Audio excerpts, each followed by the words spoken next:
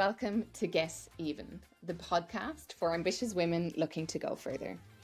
I'm Dr. Nora Koslowski, co-founder of Even, and your host for this episode today. Get Even is a podcast where we interview successful women about their career stories, but we actually take a peek behind the curtain. So we learn about what it really takes to thrive. We learn about some of the hard choices that they've had to make in their careers.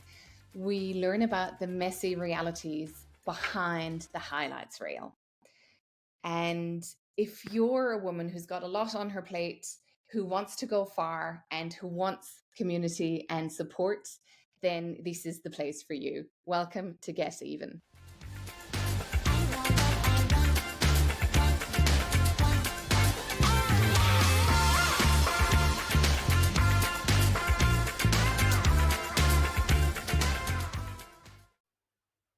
Today's guest is Stacey Edmonds, creator of cybersecurity game Dodgy or Not.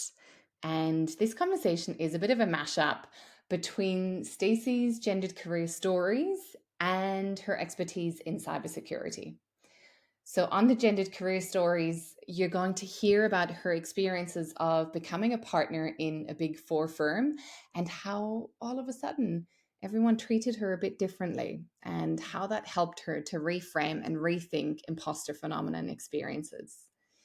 On the cybersecurity side of things, you're going to learn Stacey's favorite techniques in the critical thinking space for keeping yourself, your loved ones, and your business safe. I hope you enjoy this episode. Hey, welcome, Stacey. Welcome to Even. It's a delight to have you here today. Thank you for having me. It's a total delight. So I can't wait to chat to you. And there's so much I want to talk about. I want to hear a lot about Dodgy or Not and what inspired it. And I want to hear some of your personal story as well. But let me just jump straight into your story, which is, you've had this background in teaching. From there, you've had a major career pivot, which ended up with you becoming a partner at Deloitte. And then most recently, you founded Dodgy or Not, which is focused on cybersecurity education. So I'd love to understand what's your story behind that. It is a bit of a journey, isn't it? I can honestly say, whilst I was doing my teaching degree, I didn't think I would end up as a partner in a Big Four. I really didn't know what that really was until probably 2 years before. It was so outside of my realm of life. I grew up in a little village called Wendover. Where's that? I know, right? Think London there, and Aylesbury's kind of over here, northwest. And my mum did social and youth work, and I grew up really volunteering and, Duke of Edinburgh Award scheme and volunteering at local youth centres. And I naturally went into, so my first degree was sociology, psychology, criminology, and communication studies. And then my second degree was in education. And I was really lucky. I mean, this was the days when my tuition was paid for because, we're a low socioeconomic group. And I think that sense of humour, lightheartedness, the world is what it is, has kind of been my theme. And I'm very open to new ideas. And so I think that's why I came to Australia. I was offered a job in an IT firm and learned Unix and traveled Europe, teaching Europe how to install internet gaming. And then, got a job at, I think I went from there to Colonial First State in learning. And then CBA said, would you like to come to us and head up our e-learning practice? And by this stage, I was like, I hate e-learning. It's awful. It's click and read. What is going on? This is not learning. This, and everyone, I'm sure everyone is listening to this. I'll ask you a quick question. You're at work and you get that email that says you need to complete your compliance learning. Oh. And something inside of you slowly dies. Yeah. And here's the interesting thing. It's the most important learning in your organization. This is where people don't do illegal things, don't take gifts they shouldn't, don't harass people, don't like everything you can get sued for. This Yeah. is the compliance learning. Anyway, so I spent my life wanting to transform this concept of compliance learning. And then I found this amazing company. Just as a note here, I have been retrenched twice on maternity leave. 2 babies, 2 retrenchments. Just putting it out. Yeah, I went to an amazing company, Be Learning, and it was just face to face. And I thought, how can we make this multi-platform? How do we recreate and create multi-platform learning? And so I just love producing things and making things and bringing people together as part of a team. Like, it's fun, right? That's what we're here for. So I ended up creating multi-platform learning, and then create my own agency called Lively, a learning agency, in Yeah. 2015. And Deloitte wanted to partner with Lively to create learning for transport for New South Wales. So we completely transformed their leadership learning. It's funny, award-winning. It's like The Office meets Brooklyn Nine-Nine. Films and motion graphics and everything that you go onto Google and you search, how do I, turf a lawn? Yeah. And there's a video and a podcast and something from Bunnings. There isn't a click and read. That's Yeah. not a format. So that's what happened. So I partnered with Deloitte, and then Transport said, would you like to come and join Transport and transform learning at Transport for New South Wales? And I was like, a bit scared. So I said no. And then 3 months later, they came back to me and they said, are you sure? They said, we're having problems finding someone who can, because Transport for New South Wales is a very blue collar Yeah. industry. And I remember going through the interview process, and at some point, can't remember who it was, they kind of went, do you think you'd be able to talk to the people? I was like, what, the common ones? Anyway, so I kind of went this, I went that. I went, I am one. I just make it look good. And then we'll be fine. We're all good. We're good to go. So joined Transport for New South Wales, had the best time. Then Deloitte came back to me and said, we love your work. We love what you've been doing. There's no one else that does what you do. Will you come join us and set up the inaugural learning practice at Deloitte? And that's how that happened. Amazing. So you came in as a partner? Straight in lateral hire as a partner. So I had no idea. Suddenly I had a car park, and which was magic with small children. Oh, just being able to drop off, get to work, park car, you can chuck anything in the car. I don't think there's an understanding of the transformational impact of simple things like that. I know. I know. Oh, I was like, oh. Even just being able to put your chuck your shoes in your car, put your Yeah. trainers on, get out. Oh, it was awesome. And what I learned, and I think we spoke about this before, Nora, what I learned was in the first 6 weeks, people were listening to me. And I didn't have to say anything twice, didn't have to over explain myself. I didn't have to defend my position. I didn't have to write or research or come back with more data. And I certainly, what I've done before is I didn't have to get a man to say what I was saying in certain places to get the point across. And that's great, but it's also pretty bad. And that's when I knew that imposter syndrome is not a thing. Yeah. Tell me more.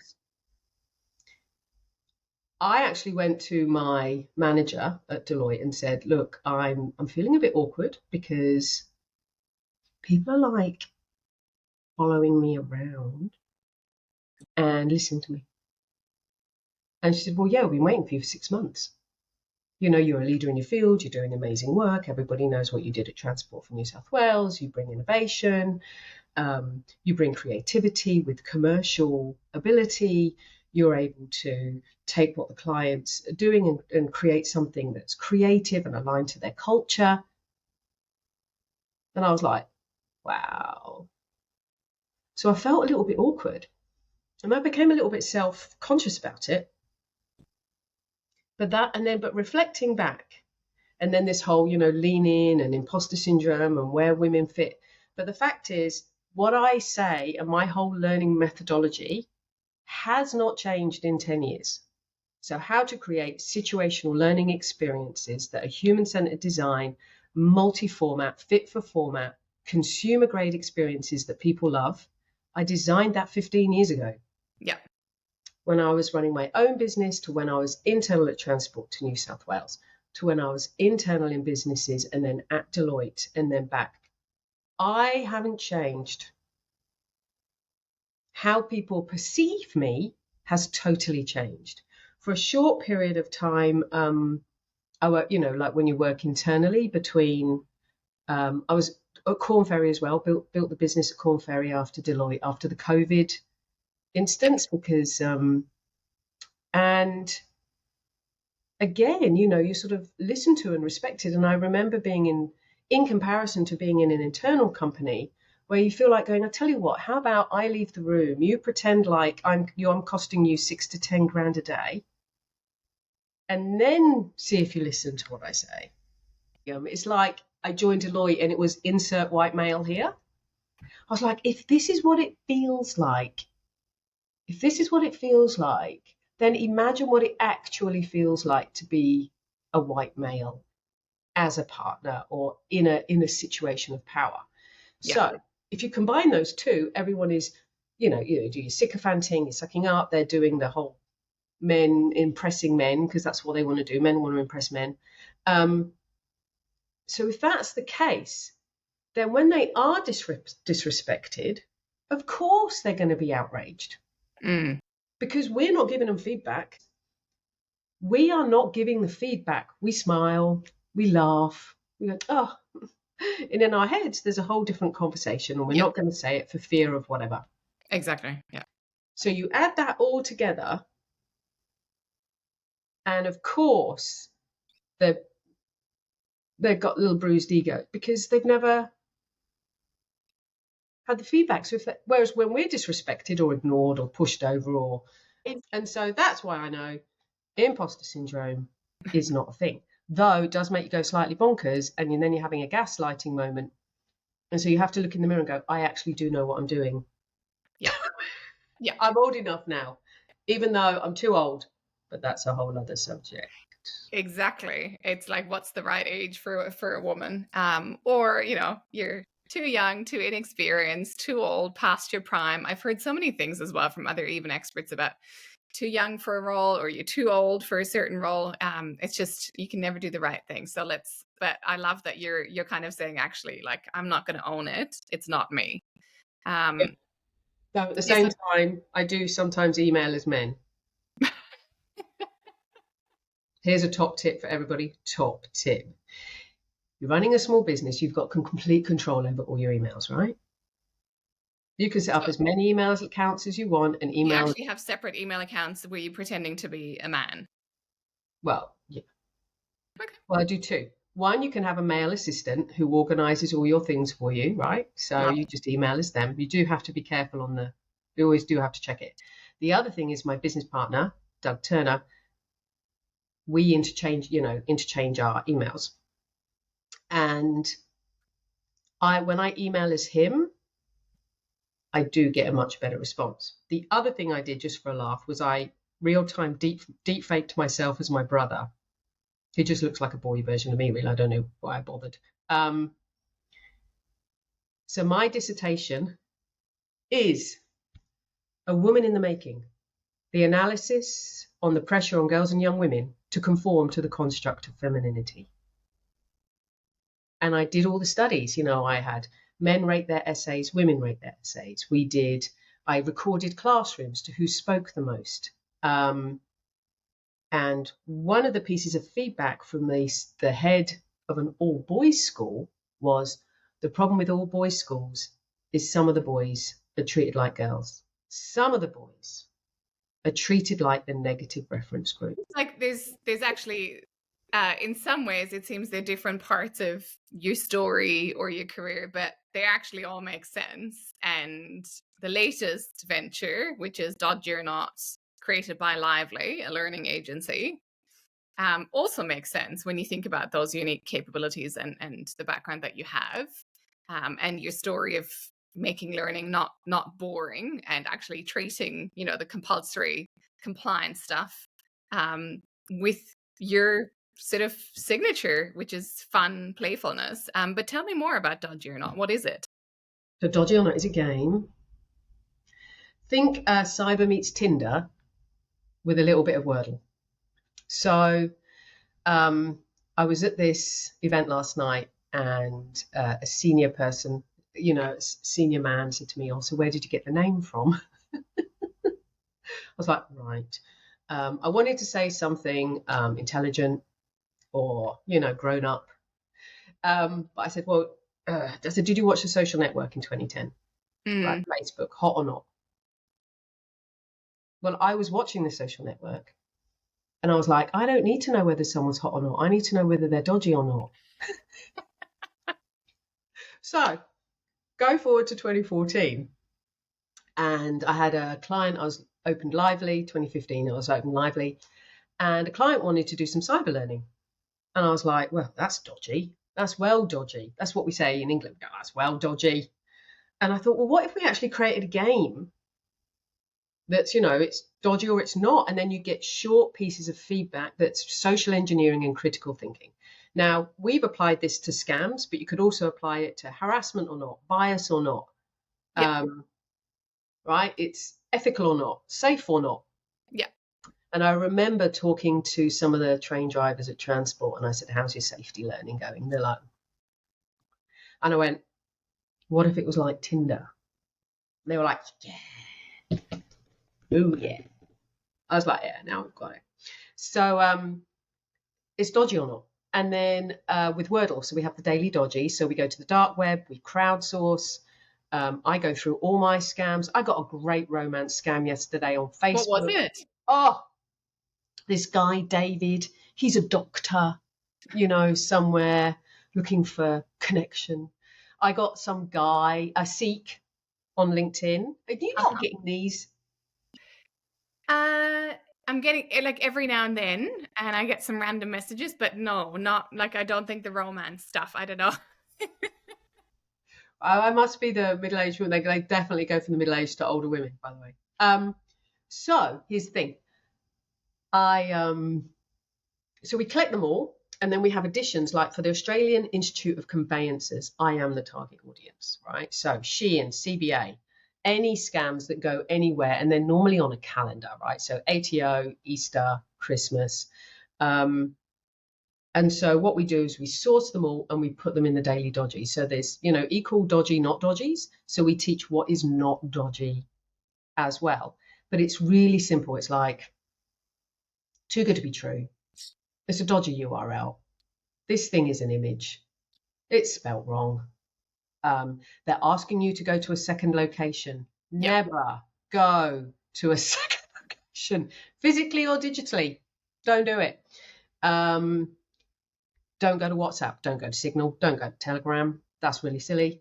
Do not invest ever. So basically, what we teach is not to step into the road. There's loads of information online. So have you researched what you should do if you get scammed or if someone's coming after you? Have you, Nora? And have you looked online? Yes, as a small business. And then you've actually taught me some tricks around, I think it was the family code word that I thought was really interesting. Yes. So when you go online, there's so much information. National Anti-Scam Centre, ScamWatch, eSafety Commission, every single bank is telling you what all the scams are. You don't need to know what all the scams are. You just need to know the signs. Right, these are the signs. I'm going to have to put my glasses on for the signs. One moment, please. Okay. Dodgy links. And then we've got little emojis. Little emojis. Yep. Okay. It's like don't do it. Suspicious. Urgent action. Are you being pressured? Yeah. They're going for excitement or fear. Then your brain melts. Okay. Too good to be true. Oh, come on. You didn't enter the competition. The money isn't yours. And your kids certainly aren't going to get 500 bajillion in Roblox. It's an odd sender. Who are these people? They're asking you for personal information. Telephone numbers, names. Now that's a biggie for your kids and being groomed. Another one for your kids is keeping secrets. If anyone is asking your child to keep secrets, they're grooming them. They're going for cash. They're requesting payment. Bad. Cash grab. No. They're asking for pics. This is a big. You got teens. Anyone asking for pictures of them, do not give them pictures. I cannot say this enough. Now, I did talk to some parents and they said maybe I should put this on camera to do a short clip for all parents with boys. Here we go. Now, you have a boy. They get sent a romance scam, and it's basically, some cute girl normally going, hey. They send a really sexy photo of them and they go to the boys, you send us a photo of your bits. As I said to my boys who are 11 and 18, let me be perfectly clear. As a heterosexual woman, there is never a time where I want to see a close-up photo of your bits. That's not, no, not a thing. There's a reason why we turn the lights off. There's a reason. Like, no. And they're like this on the sofa. Like, I was killing myself. They're laughing. I'm laughing. Oh. Doesn't do anything for me. Doesn't do anything for us. Send us a picture of you cleaning, using a power tool, holding a baby, patting a dog, anything else, even holding a fish, Anyway, so that is the top tip. If you need to teach your kids with boys, just start there. Now, what else? We've got meeting. Now, this is one for young people as well. Grooming, meeting. Hey, don't tell your parent, let's come and meet up somewhere. No. Chain messages where they're asking you to send the chain on to someone else. A sketchy switch. Again, we don't go to a second location. Who is this person? If you get a message, in the text, if it's Telstra, it's going to say Telstra, or it will just say a mobile number. So if there's a mobile number and then it says it's from Telstra or CBS, it's not, because it's going to be in the top.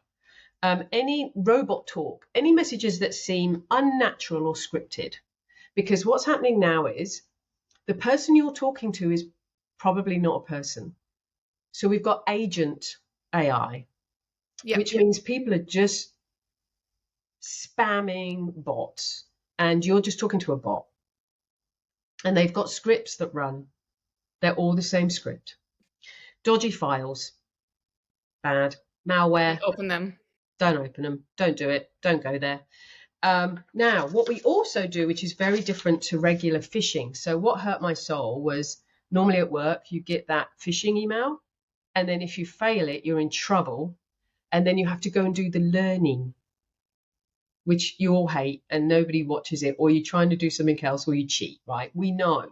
So that's why I created Dodgy or Not, because then you play the game and it's a full-on game, like it's blibblings, music, like it's a full-on consumer grade game.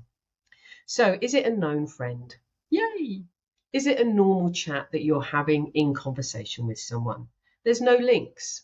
So you've got a message saying, like Spriggy would be example. You've got an update in your Spriggy, go log into your account and check your message. They're not asking you to do anything. There's no urgent message. Now, here's the challenge.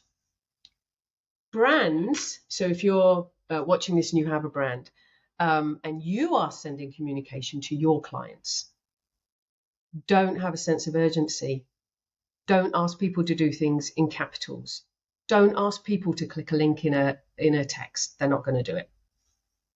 So what we're finding in the game is 81% of people are just saying everything is dodgy and not trusting the digital world. I've had one woman who's taken her money out of the bank and put it under her bed. It's 15 grand. That's Oh, all the come money on. she's got. It's all the money she's got. And less people are trying to break into her house than are trying to break into her email account. You see what I mean? So we've learned how to secure our houses. We've learned how to cross the road. We've learned slip, slop, slap. But the thing is, we have 5 years of COVID. We all went online. We gave everybody our credit card number. We're handing out our digital ID everywhere. We went online for government apps. But we don't know how to keep safe. But the criminals went online because they were in lockdown.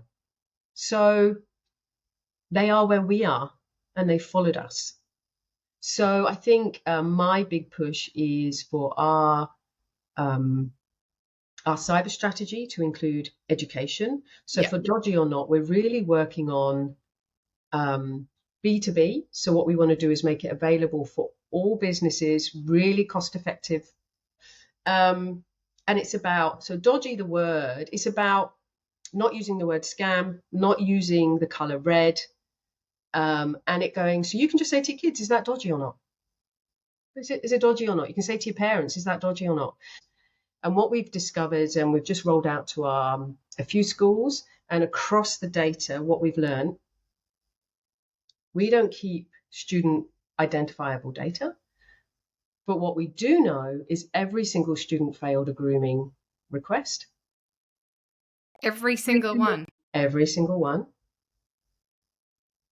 That means asking for personal information, asking for a photo, or agreeing to meet. And out of that percentage, there's around 10 to 11 students who really are susceptible to social engineering and falling for quite a few of the friendly grooming ones. Which Actually, means, Stacey, can you just, what is social engineering? so social engineering is us as humans, us highly programmable, unhairy apes trying to live on a muddy rock with status anxiety, and that's me. Social engineering is where, for example, marketing has been using social engineering for years, right? So how do we create, how do heuristics work? How do we program humans to want to do something? So too good to be true. You want to do a competition. What do? It's scarcity. Or there's only 10 of these left. This is going to run out at midday. We're going to give you a prize. We respond emotionally to that. And that is social engineering. We are being convinced, cajoled to buy something or to do something. Yeah. Now, the challenge is that marketing has been doing that for years to get us to buy things. And so because now scammers are using it to scam us, marketers have to change the tone in their emails and messaging for it to be less socially engineered. Scarcity is a big one. I use it all the time. Have you seen all the new boutique stores? You know, we've only made 10 of these. This will sell out tomorrow. We sold out last time. Yeah. That is a scarcity social engineer heuristics tactic right there. We're going to close your account. We're going to take that away. It's all designed to make us respond in a certain way. Now, also increasing critical thinking, being able to question how you're responding and take a break. The best way to circuit break social engineering is to go from your system 1 to your system 2 thinking. What does that mean in action? Yeah. To actually just ask the question, is it dodgy or not? Just by doing that, you're going to reduce your likelihood, whether it's misinformation, misinformation online, the rubbish that's posted online. You kind of go, oh, is that dodgy or not? Check the source, go log in straight to your account, or don't do anything. If you feel excitement or fear, don't do anything. Because if you don't do anything, you give your brain time to reset, you give your fight or flight time to just calm, and then you can have a conversation. That's why scams like hey mum, I've lost my phone. The kidnapping, because deepfake is coming. So the kidnapping people, and that's why I suggested in those MasterCard videos that I did to have a code word. Yeah. So if you do get a call in the middle of the night from one of your kids going, oh, I've been, we've got your child and here they are, you just ask, and they get them to talk to you, just ask them what the code word is. At the same time that you're doing that, contact someone else to call your child. Do you see what I mean? Yeah. So what? Keep them on the phone and contact someone else to put them on and contact someone else, because what is the likelihood of that actually happening in real life? This is not a Hollywood movie. But people have lost, and can you imagine? It would be appalling. But that's the fear. Yeah. Would be terrifying. Yeah. But I think it's Terrifying. really important and really interesting, actually. So because I feel like it's 2025, and quite often, there's the drive to relentless productivity, and you get an alert, just do something quickly, get it off your plate. And what you're teaching us is almost the opposite of that. It's pause, really think about it, get away from the emotions, get away from the fear, get away from the excitement, and actually, really use your brain very consciously and carefully. And if it feels a bit off, you're like, oh, because sometimes you look at, that's a bit dodgy. ATO time. A friend of mine was dropping the children off at school, trying to get to work, gets a text message, you haven't paid your tax returns. Oh, for God's sake. Goes onto the number, goes through to a call center, and actually having a conversation, $40,000.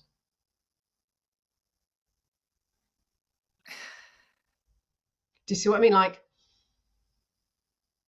she was running her own business, so it was the end. Now, it's that emotional time. So if you get something and you go, it's a bit dodgy, if it's in a text, don't click on the link, always go direct. If someone calls you and they're, hey mum, or what, just call the person direct. Your parents, start talking. I'm in sandwich generation, start talking to your parents as much as you do. Start and know where your children are online like you do in real life. Because they remember the predators and the criminals are where we are. They are in Gorilla Tag, they're in Roblox, they're in Discord, so be where they are and just start having those conversations like, well, we're going to this is how you safely cross the road, and this is how you safely go online. This is just something that's happening in life and you don't have to be scared. And there's a really good guy online called Kit Boga, and he scams the scammers. Hilarious. So if you're teenagers, or actually for anyone, but they're really funny. Again, it brings humor and lightness to something that, is genuinely kind of threatening, because you're kind of like, oh, well, I'm trying to live my life online, but it's getting a bit dangerous. So, but really that's it. Just don't assume. I think that's it. I think the last 5 years, we've all gone online. We've assumed that we're somehow going to be safe, but let's be perfectly clear. Big tech is not governed. No one is looking after us. So it's our responsibility. It is actually our responsibility to know and to be able to know what those risks are. And that's why we've simplified it. I was like, what if we simplify it to the signs? Like, bit dodgy. Ideally, what we need now is for organizations and for marketing and everything to catch up. So to not send us stuff, and don't get me started on the ATO. So actually, no. So I get this email and I'm looking for this stuff all the time. It's my whole life. I'm on the dark web. It's like scams, guns, the 117-page guide to sextortion, which is appalling. And this is someone who's worked on the streets of Birmingham as a youth worker, right? I can't even just know that there's a manual out there that is the comprehensive guide. And so I get this email from the ABN, from the ATO, and it says, your ABN's not being used. You're gonna lose your ABN, and it's in red. Urgency. The logo was fuzzy. Total mess, unformatted. I ignored it. That's got to be. That's ridiculous. I even thought about putting it in the game as an example. Anyway, 6 weeks later, I get a letter in the post from the ATO.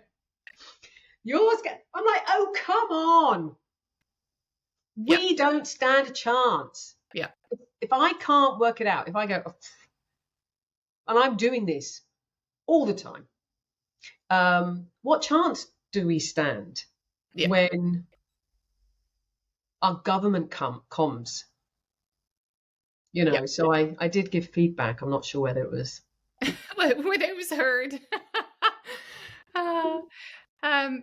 Stacey, I love the approach of, you're not saying, don't be online. You're actually saying this is just part of our lives now. Let's make sure that we actually move beyond fear, and we just learn how to keep ourselves safe. But we do it in a fun way. We do it in a playful way. I think it's such an interesting and different approach to what can often be a lot more fear-based. And I wish we had more people like you teaching organizations, teaching children, and teaching just, us personally, when I think about the women who are uneven, teaching us personally about what to do for ourselves and for our families. I want to finish up our conversation by coming back to where we started, which is your own career. And as we said before, you've had a few career pivots. I'd love to hear if, at the end of this conversation, have you got any career advice for the women in our community? It could be things that, have really helped you, or sometimes we also hear from women uneven, and they actually tell us, this is the advice I ignored and my life's turned out better for it, or my career has turned out better for it. I think for me, it's give it a go. Like, I could have been scared. Well, I was a bit, actually, to be honest, going into Transport for New South Wales and having $100 million budget. Going into Deloitte and being a partner, being a counsellor on the streets of Birmingham. But I think as women generally, and I know because I did the analysis, right? So we underestimate ourselves. We know this by 10 to 20%. And actually, so this is actually what we do in the game. We rate people's confidence and their competence. So you go in and you set how confident you feel you are in dealing with digital threats, right? What group do you think generally, don't want to completely stereotype, but overstate their confidence, but maybe their competence is not that high? I have zero doubt about who that group is. Every single time. So I just go, if someone, like, my whole life has been,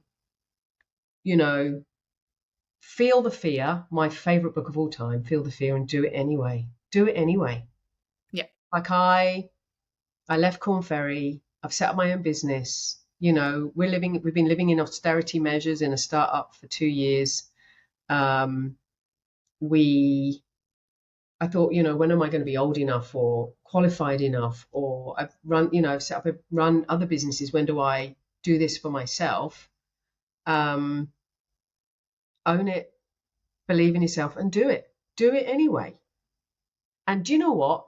Do it with confidence. I have never seen, I don't know if you're watching much politics at the moment, but I have never seen so many people stand up and say lies, gaslighting, total rubbish with such confidence.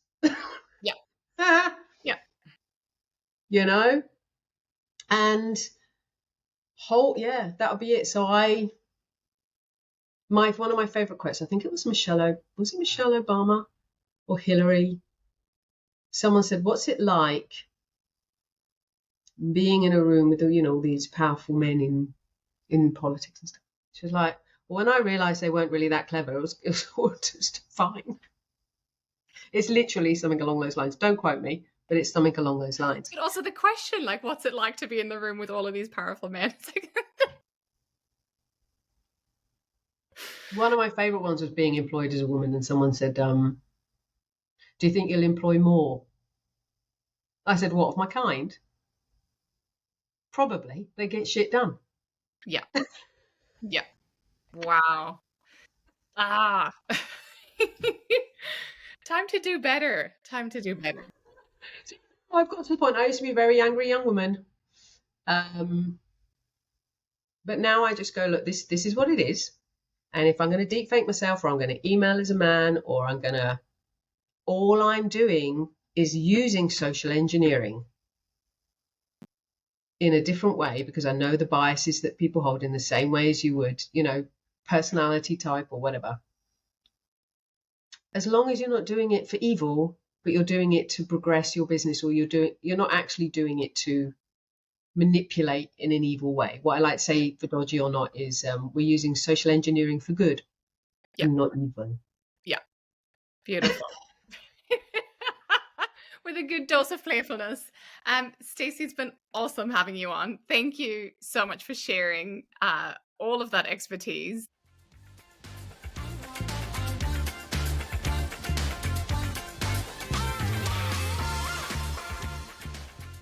I'm Dr. Nora Koslowski, co-founder of Even, where our mission is to accelerate women's economic potential. Check out even-careers.com to learn how we support women and business to get even.